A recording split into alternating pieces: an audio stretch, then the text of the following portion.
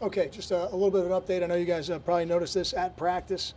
Andre Patton, Nick Archdiacono, and Brian Leone will be out for the first game. Anything above and beyond that, we'll update as we go. And I'll put out a full injury report a little bit later today. Miles Nash will not be available for the first game because of a violation of team policy. Questions? Is that just one game for Miles? Or one game. The violation? Yeah, it's a family business. We'll keep it internal. How about the kick return game? I know teams started kicking away from Grant a little bit last year. Are you confident with the two freshmen you have listed as the other starter there? I do. I am. I'm very confident in all those guys we have back there. I think, Jerry's a weapon. And because of that and because of what he's done in games, I think every week we're going to have to be ready for an assortment of kickoffs. I don't think people are just going to go back there and kick it to him. It's certainly what we would like them to do, but I think we have to be ready for the counterpunches as well. With Pat now, who do you see kind of picking up the slack there? Yeah, I think it's going to be a combination of Agadosi, Terzilli. I think it's going to be Simmons. You're going to see Simmons in the game. I think you're going to see Vance Matthews in the game. And I'm really pleased with those guys, with how they've come on, because they're catching the ball consistently. They're in the right places. They're working hard. So I've got a lot of confidence in them. I know you said you're going to play both Aiken and Stephenson, but what did you see from Stephenson that you gave him the nod as the starter? I think very rarely in life do I think two things are the same. So when people say, well, I think they're about the same, I don't think so. I think DeLong is playing just a little bit better than John is, but that doesn't mean that John's not going to play. John's going to have a big role in what we do on defense, and he's got a big role in what we do on special teams. So John's a valuable player, but we've got to make a decision who the starter is, and right now that'll be DeLong. Kind of Big Ten media day, talking about Paul James needing to improve whether or not he's being every down back or a future guy. Are you comfortable if, say, 25 carries a game in a game like Washington State? Are you comfortable that you can handle that load? I think you can handle more than that. I think every back, any running back you talk to wants to be an every down back. I've never met one that didn't want to be a complete player, and Paul's got that kind of drive that's what he wants. I think Paul's an excellent physical conditioner. I think Paul could carry it 35 times.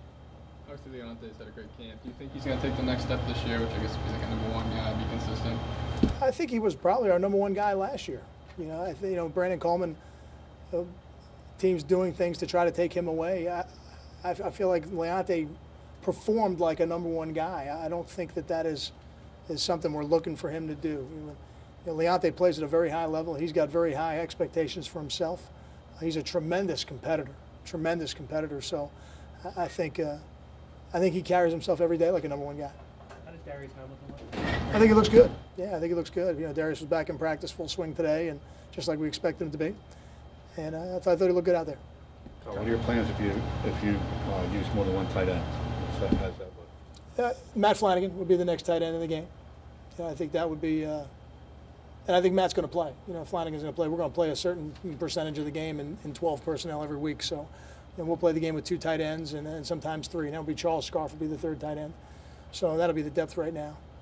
Any concerns that both are young guys that haven't played? I think that the first time those guys go out there, you want to make sure you're giving them things that they're very comfortable with and give them a chance to be successful. But they've performed well in practice. They've earned the opportunity to go out there and the right to go out there. So we have confidence in them. From your experience, does the style of officiating change with Big Ten officiating? Do you have to adjust to it, or is it letter by the law for the most part?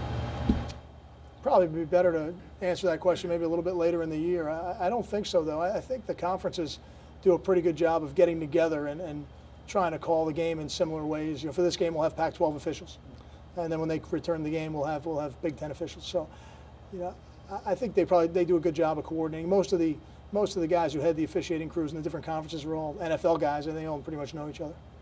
Kyle, where's your confidence level in J.J. Denman and in Dorian Miller, especially with Brian Leone not available? I have to answer it based on practice, and it's very high. I think you always withhold complete judgment until guys perform in games, because the games are the ultimate test. But in terms of how they've performed in practice, I have tremendous confidence if either of those guys go in the game. The next level of that, you have 3 freshmen on the 2 deep on the line. I mean, are they ready, or are they just kind of the next guys on the depth chart?